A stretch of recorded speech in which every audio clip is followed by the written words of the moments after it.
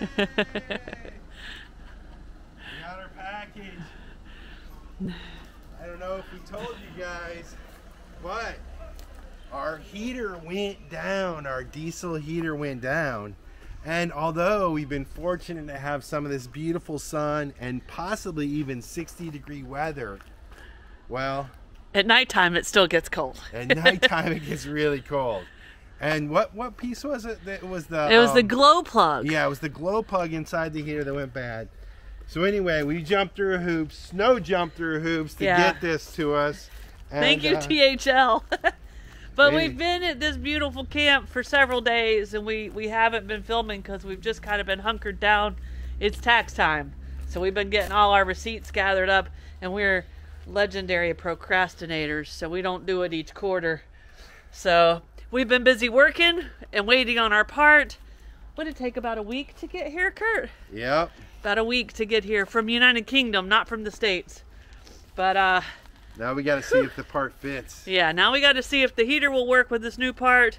And I got to tell you, being in Europe made getting a part delivered much easier than that would have been over in South America. Hi, our part's here.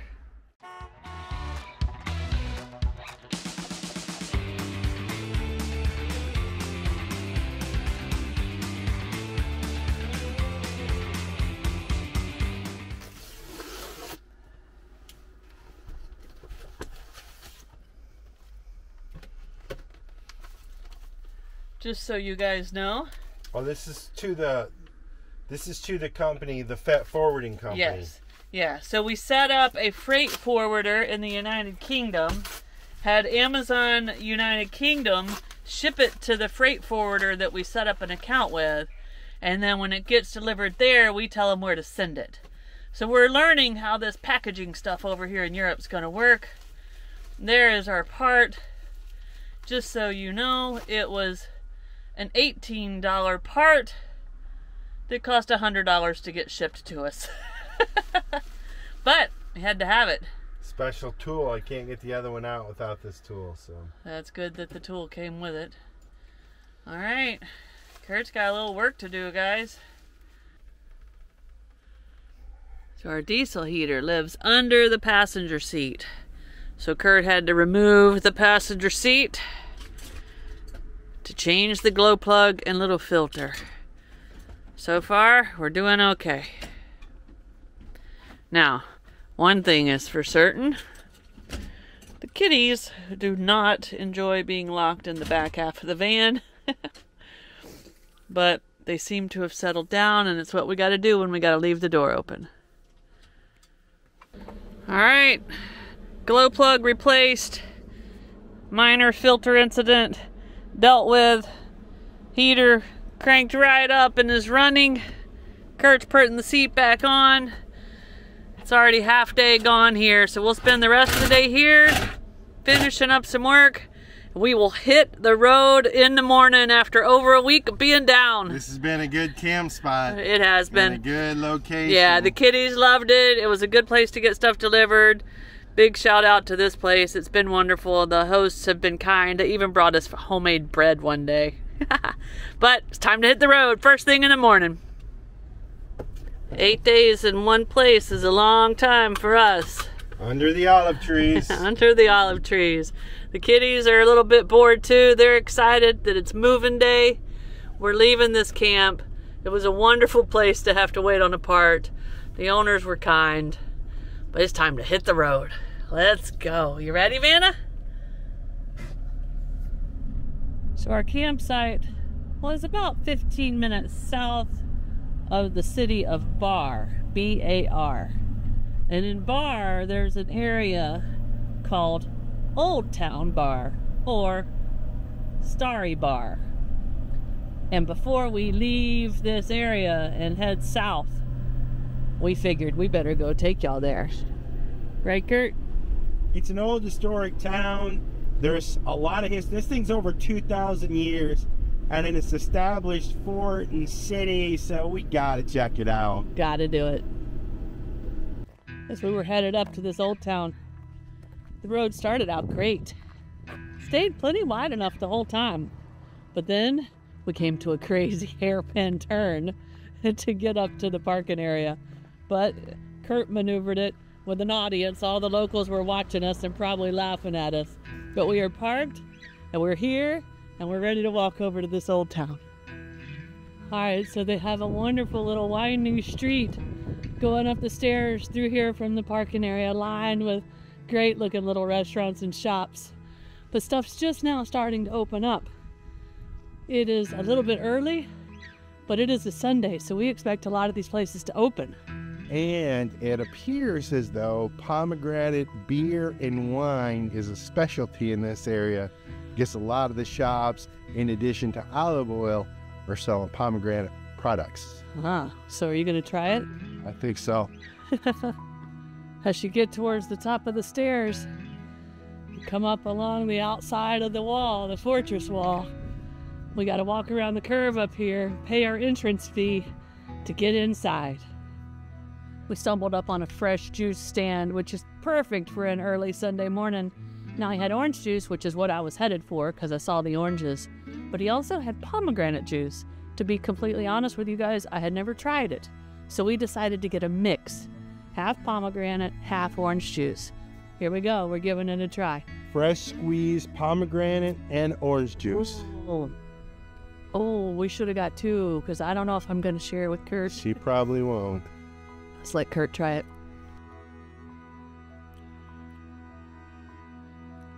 Pomegranate is very sweet and just has a little touch of sourness. It's really good. It's delicious. So right away at the entrance, there's sort of this big room. And I'm assuming those are probably maybe wheels for pulling up the drawbridge? It's an olive oil press. Wow! Yeah. A big olive oil press. And you can see they've got the posts kind of threaded. So, wow, you just crank down on that thing. And yeah, presses the olives to make the olive oil.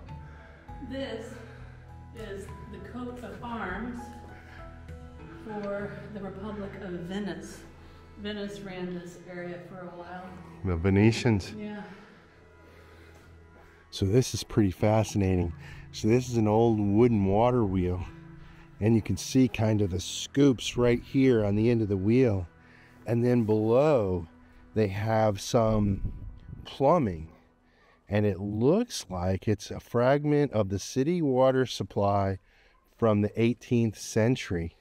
And look at that, guys. Wow, pretty advanced, I would think.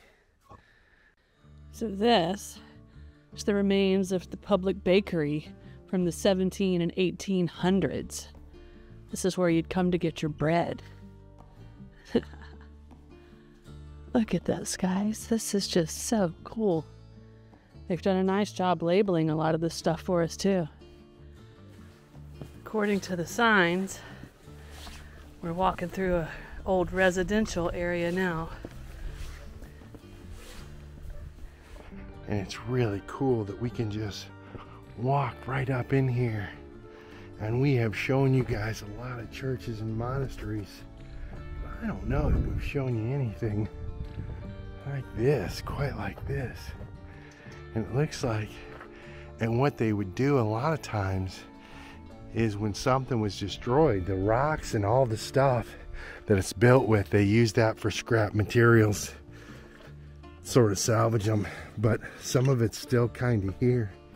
And you can see, oh, maybe there's some old art up there. Wow. Look at this, and you can see it even goes up into there. Wow. But there's definitely appears to be some remaining old artwork on the wall. I don't know if that's original or it's something somebody's done at a later time. And if you keep coming up here, the sign says Citadel 4. I think we can come up in here, the gates open. Wow. So this citadel is up on the northeast side of this mountain, so kind of the highest point, and was sort of the last defensive position for this area. And so if the city was overtaken, people would kind of jam up in here, and this was sort of where they'd make their last stand. Now, over the time, this has been modified and added to, and it shows the different eras of ownership or construction within it. But I find it just absolutely fascinating. And we'll step out here and you'll see this encampment as it faces out to the north. We can hear a river below. You can see maybe some more ruins and structures. The beautiful mountains in the background and some of the walls that stand on top of this tall mountain. And you can also see some of the windows or some of the gun ports that they would use to help defend the structure. And look up here at the top of this fort. And again, you can see all these gun ports around here. And definitely a big lookout to the north. And you can see Bari and the port and the Adriatic Sea out there. And we can see down into what used to be this huge, huge structure. And look how the wall has fallen over time. And again, this place has been subject to earthquakes and all sorts of, well, the stories this place could tell, I'm sure. So the aqueduct was built in the 1700s, and it brought water from up in the mountains 3 kilometers away in clay pipes. And when it came to areas where it wasn't level, it was supported by arches. In total, I believe there were 17 arches like the ones you see right here. And that was the functioning water system for centuries until the earthquake here, I believe that was in the 70s, 1970s, destroyed it, meaning there was no water for the city. All the people that lived here at that time abandoned the city and went to the nearby coastal city of Bar. And in the 90s, maybe, I could be wrong on these dates, 1990, I believe the government restored water to the area and residents started to move back. But 3 kilometers through clay pipes in the 1700s. Now, you know, we used to build roads, and that means pipes and stuff like that. So I have put my share of water pipes in the ground. So that is no small feat. There are little nooks and crannies all over this thing. And what we're enjoying about this place is we can actually walk and truly explore this rather than just look at the restored buildings from, you know, the outside or main rooms inside. We get to see all the little corners. But there's more to this place than just the churches and the citadels. This was actually an active city. And once you get out of the city down below, Snow said earlier, it's residential, and you can see some of the decorations. And oh, we're even able to go in here. I don't know if you can see that, but maybe some of the decorative headers and other works of art. Oh, look at this. Now this is real low.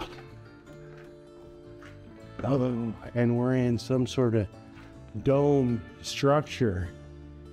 And you can just see all the ornate decorative pieces, and even some of them they have dated. Some of them have little flecks of paint or pottery or artwork that was done to them. This building was a powder mill. It's got really thick walls, I think, to help deal with the humidity, and the dome roof, I think it helped keep the powder dry. Now in here they have artifacts they found stored from all the way back in the 5th century, so 400s to the 1800s. This stuff is kind of just gathered up that they found through here, but this building still standing, a dome like this from the 1700s. And once you get out here, you find yourself just sort of scampering along these old rocks, these old ruins, these old failed buildings, and all the history that happened right here on this magical spot. Wow. So that's an old church, they believe built in the 1300s or 1400s. And if we pan around here, we see little streets with lots of little small structures. Maybe these were small houses. If we keep panning, the road pathway goes out this direction. There's two things cool about this spot. One is inside this building, it looks like there's some sort of a wheel that was used to maybe crush things. But up above it is a beautiful blooming cherry tree amongst these ruins. Look at that beautiful tree. All right, Snow and I managed to lose each other. You guys probably know sometimes she opts out of some stairs and some steeper climbs, and I came back down, and well, I haven't found her since, but to be honest with you, I just kept following this maze through all these ruins, different buildings and churches and bathhouses, and woo, it is just very easy to let your imagination run wild in a beautiful place like this. And the mix of preservation and just sort of old ruins that maybe were kind of as they were left or as it happened is a really fascinating thing to behold. Oh, and this is cool because here you can see, and I've always wondered this, how they put the floors in, and you can see there's sort of stones there. I'm not sure what you would call those stones that stick out, but then the floor joists just rest on those. Oh, pretty fascinating. So, I guess I'll go ahead and point out, I have lost Curt. Somehow, we got split up, and he's somewhere in this old city, and I'm somewhere in this old city, and we are not together, and I have no idea where he is. Oh no, I have lost Curt. Here's some sort of cool tunnel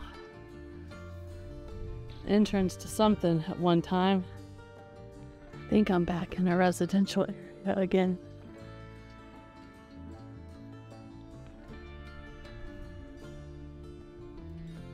So these are the remains of the St. George Cathedral, the medieval patron saint of Bar.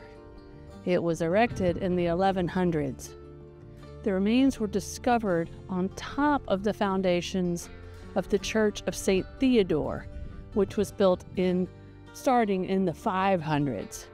So the church was built on top of an even older church. Now in 1649, when the Ottomans ruled this area, they converted the cathedral into a mosque.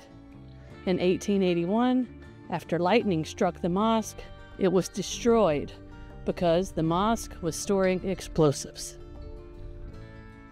Now this old church is way up high on a very corner.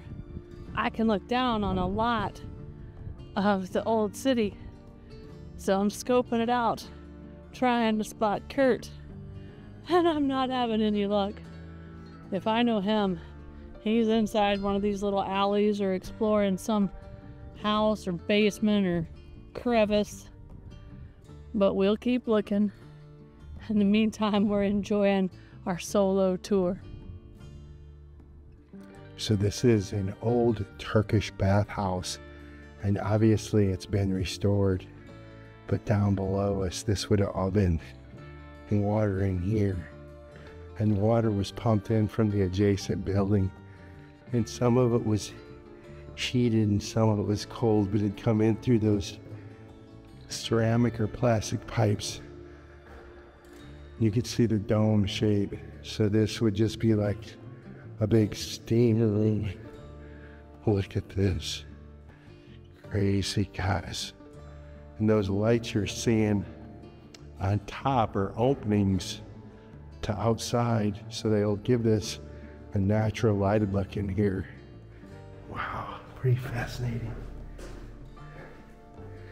They even have some down here.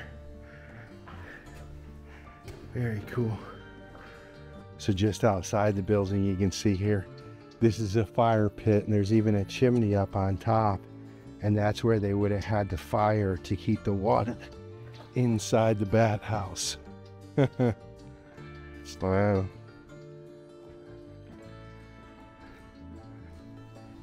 Let's head down. We're leaving the church.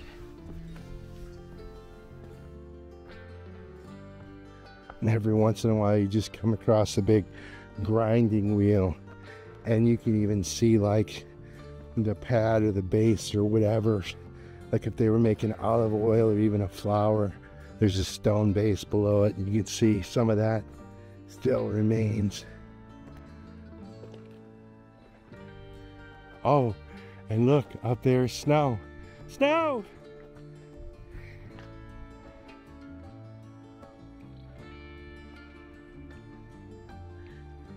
I found him! There he is! Woo! Let's go see if we can get to him.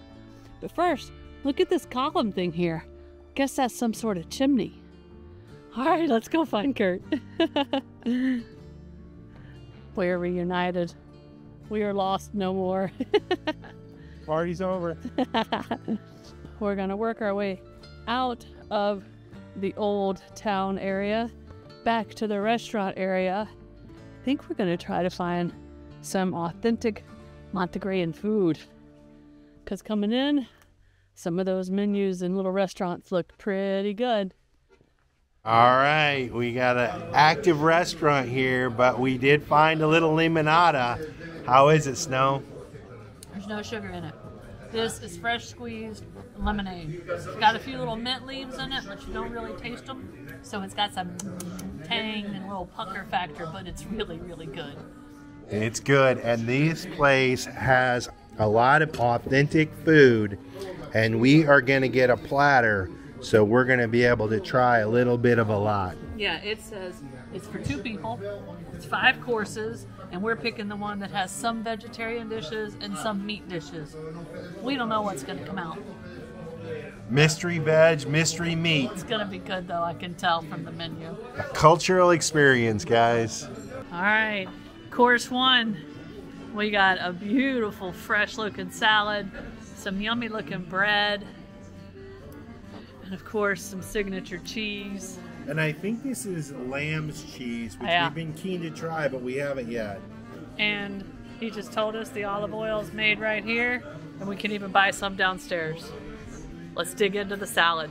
Course number 2, some risotto, yummy-looking meatballs, and some sort of a tomatoey paste. Meatball. That is a perfectly cooked meatball. It's crispy on the outside, yummy inside. Risotto. Risotto.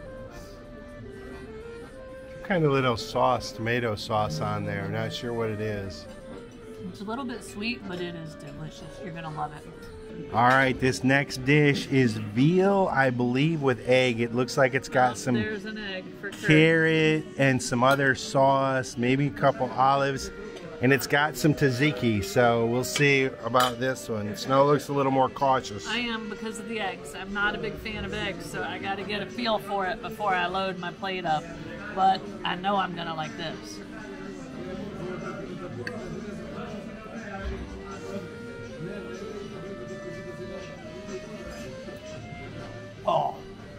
Oh my God, that's delicious. I can't even explain it. I just have to eat more.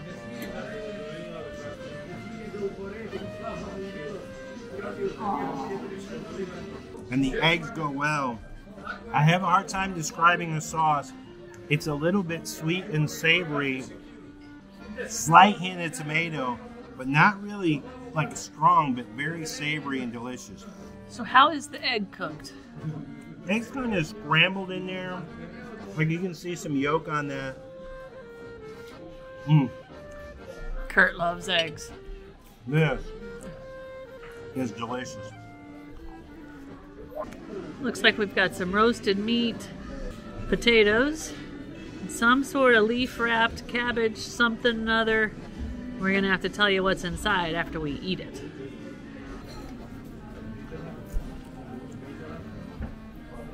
The meat is so tender it falls apart. Let me try this cabbage roll here.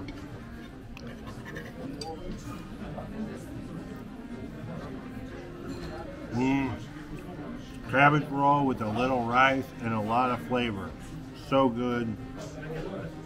Fourth course. And I can tell you, we didn't make it all the way through that. We made it a long way through, but we got full. We couldn't eat all of the fourth course. We just had to save room for the fifth course, which is some sort of local dessert.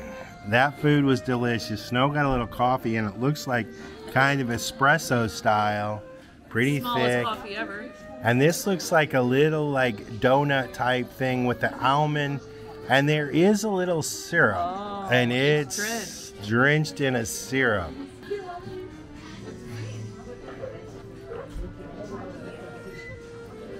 It's gonna have the texture of a tres leche, and this is like a honey syrup. It's not thick, so it's not just honey, but it's got a honey flavor, and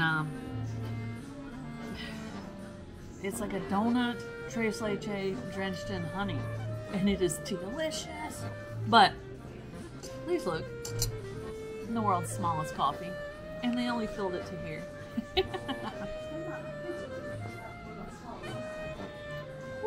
Ooh, you don't need very much of that. Oh, it's strong. We have left the little old town of Stari Bar.